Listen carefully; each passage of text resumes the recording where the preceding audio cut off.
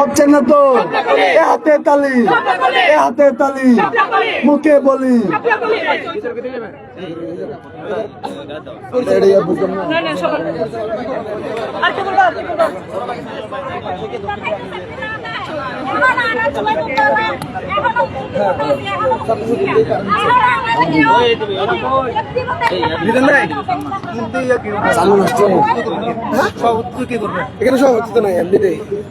চট্টলাবাসী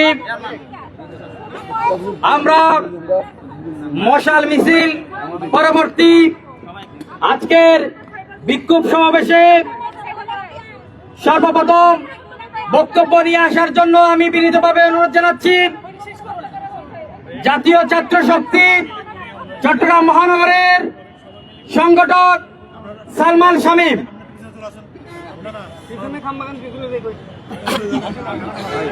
অন্যদেরকে একটা স্পেস থেকে নিলে বন্ধুগণ, আপনারা দেখেছেন কিভাবে আমরা চেয়েছিলাম জুলাইয়ের পর থেকে সন্ত্রাস মুক্ত বাংলাদেশ, সহিংসতা মুক্ত বাংলাদেশ, কিন্তু আমরা দেখেছি কিভাবে হাদি ভাইকে গুলি করে হত্যা করা হয়েছে। আমরা এই বীর চট্টলার মাটি থেকে স্পষ্ট বলে দিতে চাই, আপনারা যদি একটা হাদিকে গুলি করে থামিয়ে দিবেন বলে মনে করেন, আমরা লক্ষ হাদি দাঁড়িয়ে যাব। আপনারা গুলি করে সন্ত্রাসবাদী কায়েম করে হাদিদের থামাইতে পারবেন না। আমরা এই বীর চট্টলা থেকে ঘোষণা দিতে চাই, পেও ইন্টারিয়ম আপনারা হাদি ভাইয়ের হত্যার বিচার করেন, নয়তো আপনাদের আমরা গোল দিয়ে জোরে টান দেব, যেভাবে আমরা হাসিনাকে নামাইছি। ধন্যবাদ। এ পর্যায়ে জানাচ্ছি জাতীয় যুব শক্তির কেন্দ্রীয় সংগঠক চান্দিদ রহমানকে বক্তব্য রাখার জন্য অনুরোধ জানাচ্ছি। প্রিয় বীর চট্টলাবাসী, আপনারা জানেন বাংলাদেশের যুগে যুগে ভারতের আধিপত্যের বিরোধী সংগ্রামের মধ্যে আমাদের বুয়েটের আবরার ফাহাদ থেকে শুরু করে এখন হাদি ভাই তাদের শিকার হয়েছে। এই স্বাধীন সার্বভৌমত্বের রাষ্ট্রের মধ্যে আমরা কোনো ভারতীয় আধিপত্য মানি না। ভারতীয় আধিপত্যের দাসত্ব যারা করেছে তারা অলরেডি ভারতে চলে গিয়েছে। এবং রাজনৈতিক দলগুলোকে আমরা কঠোরভাবে হুঁশিয়ার জানাতে চাই, আপনারা যারা ভারতের আধিপত্য করবেন এবং ভারতের গোলামি করবেন নির্বাচনে জিতার জন্য বা নির্বাচনে মেকানিজম করার জন্য, ভারতের গুণগান গাইবেন এই দেশের মধ্যে, এই দেশের মানুষ আপনাদেরকে আর এই দেশে টিকতে দিবে না। হাসিনার মতো আপনাদের গন্তব্য ভারতে হবে। আজকে আমাদের হাদি ভাই যে একটা স্বাধীন সার্বভৌমত্ব রাষ্ট্র, একজন সংস্কারপতি মানুষ ছিল, যে রাষ্ট্রের সংস্কার চেয়েছিল, ঢাকা ৮ আসন থেকে যে সংসদে যেতে চেয়েছিল, আজকে আল্লাহর কি অসীম রহমত দেখেন, সে শুধু ঢাকার ৮ আসনের মানুষ নয়, সারা বাংলাদেশের মানুষ নিয়ে আজকে সংসদ ভবনের সামনে তার জানাজা হয়েছে। আমরা বলে দিতে চাই, হাদি ভাইয়ের মতো বাংলাদেশে এই কোন বিপ্লবীদের যদি পরবর্তী এরকম কোন টার্গেটে বা পরবর্তী কোন হামলা করতে হয়, তাহলে আমরা সবাই বুক পেতে দিব। আমরা সবাই হাদি ভাই এবং ইন্টারিম এবং নির্বাচন কমিশনকে সুষ্ঠুভাবে স্পষ্টভাবে বলে দিতে চাই, তফসিল ঘোষণার পর কেন আপনারা প্রত্যেকটা প্রার্থীর নিরাপত্তাটা নিশ্চিত করতে পারলেন না? নির্বাচন কমিশন যদি প্রত্যেকটা প্রার্থীর নিরাপত্তা নিশ্চিত করতে না পারে, তাহলে সংশয়ের মধ্যে থেকে যায় নির্বাচন কি আদৌ সুষ্ঠু হবে কিনা, পাওয়ার পলিটিক্সের চর্চা কি এবার ইলেকশনের ফিল্ডে হবে কিনা। চট্টগ্রামবাসীর সর্বশেষ পরিসরে বলতে চাই, আপনারা আমাদের হাদি ভাইয়ের জন্য দোয়া করবেন, আল্লাহ যাতে তাকে জান্নাত নসিব করে এবং এই বিপ্লব চলমান থাকবে ইনশাআল্লাহ। ইনকিলাব জিন্দাবাদ। ধন্যবাদ। এ পর্যায়ে সংক্ষিপ্ত আকারে বক্তব্য রাখার জন্য অনুরোধ জানাচ্ছি জাতীয় শ্রমিক শক্তির কেন্দ্রীয় সদস্য আমির হোসেন আতিককে বক্তব্য রাখার জন্য অনুরোধ জানাচ্ছি।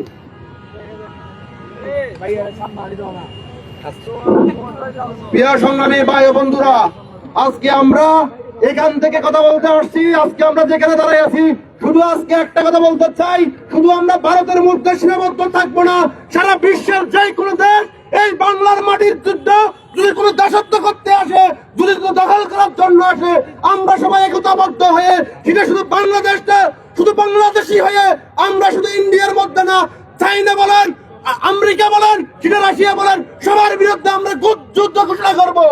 আমরা আজকের এখান থেকে বলতে চাই, বাংলাদেশের প্রতিটা আনাচে কানাচে ছাত্র জনতা থেকে শুরু করে সবাই আমরা হাজির হয়ে এই বাংলাদেশ রক্ষা করার জন্য আবার রক্ত দিতে প্রস্তুত আছে কিনা? আমরা সবাই একবদ্ধ হয়ে নতুন করে সংগ্রাম গঠন করে এই বাংলার মাটিকে রক্ষা করার জন্য সবাই একবদ্ধ হয়ে সংগ্রাম চালিয়ে যাওয়ার জন্য আজকে আমি এখানে এই বক্তব্য দিয়ে আমি আমার সংক্ষিপ্ত বক্তব্য শেষ করছি। আসসালামু আলাইকুম।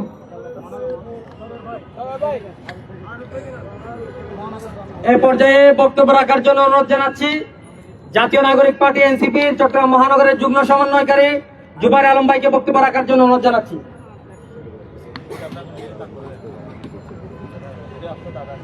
ভাই সব আমরা এমন এক পরিস্থিতি সেখানে দাঁড়াবো জীবনে কল্পনাও করিনি। যে হাদি ভাই আমাদেরকে ইনসাফের গান শুনিয়ে গেছেন, যে হাদি ভাই আমাদেরকে আজাদির স্বপ্ন দেখিয়ে গেছেন, তিনি আমাদের মাঝে নাই, সেটা আমরা আর মানতে পারি না। যে ইনসাফের কথা হাদি ভাই আমাদের শিখিয়ে দিয়ে গেছেন, সেই ইনসাফ ছাড়া আমাদের মুক্তি নাই। সেই ইনসাফের লড়াই বাংলার জমিনে আমরা জারি রাখবো। আওয়ামী সন্ত্রাসীরা বুলেট দিয়ে হয়তো শহীদ করতে পেরেছে হাদি ভাইকে, কিন্তু হাদি ভাইয়ের আদর্শকে কখনো মেরে ফেলতে পারবে না। তার আদর্শে উজ্জীবিত হয়ে ভারতীয় আধিপত্যের বিরুদ্ধে আমরা আজীবন সংগ্রাম জারি রাখবো ইনশাআল্লাহ। আমাদের এখানে ভারতীয় যত হাই কমিশনার আছে তার সামনের সড়কগুলো ফেলানি অথবা হাদি ভাইয়ের নামে নামকরণ করতে হবে। আমরা এটা বাস্তবায়ন করেই যাব। যতদিন ভারতীয় হাই কমিশনের নাম এখানে বাংলাদেশে থাকবে ততদিন হাদি ভাইয়ের নাম ফেলানির নাম উচ্চারিত হবে ইনশাআল্লাহ। আমরা কখনোই হাদি ভাইয়ের আদর্শকে বিচ্যুত হতে দিব না। ইনসাফের বাংলাদেশ আমরা এখানে কায়েম করে ছাড়বো ইনশাআল্লাহ। এ তুমি কে আমি কে, তুমি কে আমি কে, ইনকিলাব ইনকিলাব ইনকিলাব ইনকিলাব। ধন্যবাদ। এই পর্যায়ে জাতীয় নাগরিক পার্টি চট্টগ্রাম উত্তর জেলার পক্ষ থেকে বক্তব্য রাখবেন জাতীয় নাগরিক পার্টি চট্টগ্রাম উত্তর জেলার যুগ্ম সমন্বয়কারী মোহাম্মদ ইকরাম হোসেন ভাই। প্রিয় সংগ্রামী বন্ধুগণ, আপনারা জানেন আজকে আমাদের জুলাইয়ের অন্যতম সম্মুখ যোদ্ধা ওসমান হাদিকে আমরা যথাযোগ্য সম্মানের সহিত আপন করেছি। কিন্তু আমরা এখানে যে সব ভাইয়েরা এখনো বেঁচে আছি, আমরা আজকে শপথ নিতে চাই এই হাদিকে যারা হত্যা করেছে তাদের বিচার না হওয়া পর্যন্ত আমরা ঘরে ফিরে যাব না। আমরা এই অতর্ব স্বরাষ্ট্রমন্ত্রীর পদত্যাগ দাবি করছি। ইন্ডিরিয়ামকে আমরা সতর্ক করতে চাই, এই জুলাইয়ের শহীদদের রক্তের উপরে দাঁড়িয়ে আপনারা রাষ্ট্র ক্ষমতায় আছেন।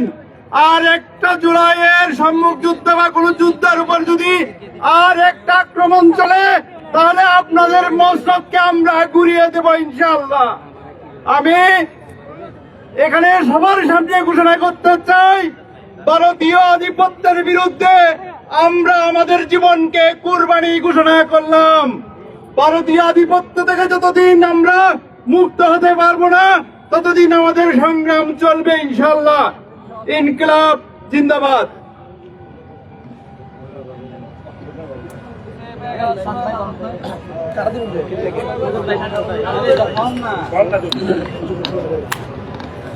এই মুহূর্তে আপনাদের মাঝে বক্তব্য নিয়ে আসবেন দক্ষিণ জেলার যুগ্ম সমন্বয়কারী সাজ্জাদ হোসেন। আসসালামু আলাইকুম সংগ্রামী বন্ধুগণ, 1971 পরবর্তী মহান শহীদরা যে আশা নিয়ে আমাদের বাংলাদেশ গড়ার প্রত্যয় নিয়ে পথ চলেছিল, তারই ধারাবাহিকতা 24-এর গণ অভ্যুত্থান হয়েছে। এই 24-এর গণ অভ্যুত্থান ফ্যাসিস্ট বিরোধী হলেও 1971 পরবর্তী বাংলাদেশ রাষ্ট্র বারবার ভারতীয় আধিপত্যের কারণে বাধাগ্রস্ত হয়েছে। এই ভারতীয় আধিপত্যের কারণে কথা বলার জন্য আমার ভাই আবরার ফাহাদকে শহীদ করেছে। সর্বশেষ জুলাই গণ অভ্যুত্থানের সম্মুখ সারির যোদ্ধা আমাদের ওসমান হাদি ভাইকে শহীদ করা হয়েছে। তারা আধিপত্যবাদীকে আজকে বলতে চাই, তারা ওসমান হাদি ভাইকে শহীদ করে হয়তো তাদের জীবনের সবচেয়ে বড় ভুল করেছে। আমরা এই হাদি ভাইয়ের রক্তের কসম করে বলতেছি, যতক্ষণ পর্যন্ত ভারতীয় আধিপত্য বন্ধ হবে না, তারা কয়জন হাদিকে মারতে পারে আমরা সবাই জীবন দেওয়ার জন্য প্রস্তুত। ইনকিলাব জিন্দাবাদ। আমার বক্তব্য এখানে শেষ করলাম। ধন্যবাদ। এই মুহূর্তে আমাদের সামনে বক্তব্য